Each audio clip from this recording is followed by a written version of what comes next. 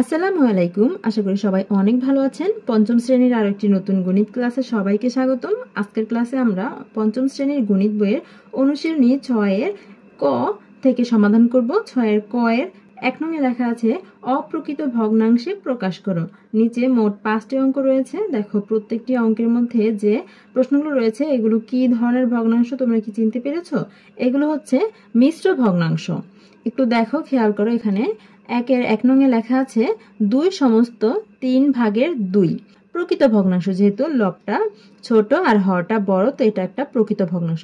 তো প্রকৃত ভগ্নাংশের সাথে কোনো একটা পূর্ণ সংখ্যা যদি একসাথে থাকে তাহলে সেটাকে মিশ্র ভগ্নাংশ বলে, সেটা আমরা জানি। আজকের ক্লাসে আমরা শিখব এই মিশ্র ভগ্নাংশটাকে কিভাবে অপ্রকৃত ভগ্নাংশে রূপান্তর করা যায়। তো দেখো কিভাবে করতে হবে। এখানে প্রথমে এই 1 নংটা আমরা সমাধান করার চেষ্টা করছি। এখানে দেখো এই যে পূর্ণ সংখ্যা আছে 2, এই পূর্ণ সংখ্যার সাথে হরটা গুণ করতে হবে। গুণ করলে কত হবে? 2 আর 3 গুণ করলে 3 দুগুণে 6 হবে। এখানে আমি একটু ভেঙে দিচ্ছি। প্রথমটা 2 এর সাথে 3টা গুণ হবে, আর লব যেটা থাকে অর্থাৎ উপরে যে সংখ্যাটা সেটা যোগ করতে হবে, যোগ হবে 2। আর নিচে যেটা থাকে অর্থাৎ হর কোনো পরিবর্তন করতে হবে না, হর যা থাকবে তাই লিখে দিবে। 3 আছে, 3 লিখে দাও। এখন কি হবে? এই যে দেখো 3 দুগুণে 6 হবে, 6 এর সাথে 2 যোগ করলে 7 8 হবে।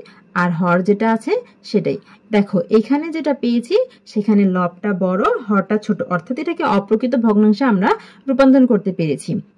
ঠিক একইভাবে বাকি অঙ্কগুলো সমাধান করে নিব। তো এখানে কি করতে হবে?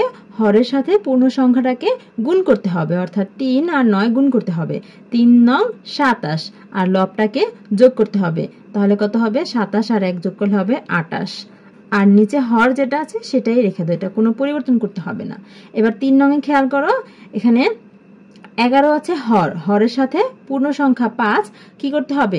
গুণ করতে হবে। পূর্ণ সংখ্যার সাথে হর গুণ আর লব যোগ, এটা কয়েকবার বললেই তোমাদের মুখস্থ হয়ে যাবে।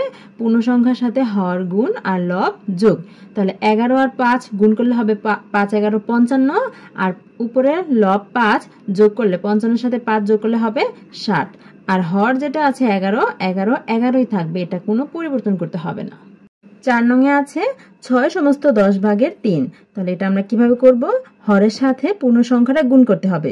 10 এর সাথে 6 গুণ করলে 6 10 60, আর লব যোগ করলে 60 আর 3 63। আর হর যেটা আছে 10, এটা একইভাবে থেকে যাবে, এটা কোনো পরিবর্তন করতে হবে না। তারপর 5 নংয়ে কি করতে হবে? প্রথমে হরের সাথে পূর্ণ সংখ্যা গুণ করতে হবে। তাহলে 2 আর 20 গুণ করলে হবে 20 দুগুণে 40। তারপর সেই 40-এর সাথে লবটা যোগ করতে হবে, 40 আর 1 41। আর হর যেটা আছে 2 2ই থেকে যাবে। এটা দেখো আমরা সমাধান করতে শিখে গেলাম। আমরা আজকে শিখলাম কিভাবে একটা মিশ্র ভগ্নাংশ থেকে অপ্রকৃত ভগ্নাংশে রূপান্তর করা যায়, সেই পদ্ধতিটা শিখে নিয়েছি। এখন তোমাদের কাজ হচ্ছে তোমরা বাসায় এগুলো চর্চা করো, বইয়ে আরো কিছু উদাহরণ রয়েছে সেগুলো চর্চা করো, তাহলে তোমরা এই ধরনের অঙ্কের সমাধান করতে পারবে। আশা করি বুঝতে পেরেছো। আজকে বিদায় নিতে হচ্ছে। গণিতের যে কোনো সমস্যা সহজভাবে বোঝার জন্য আমাদের সাথেই থাকতে হবে। আল্লাহ হাফেজ।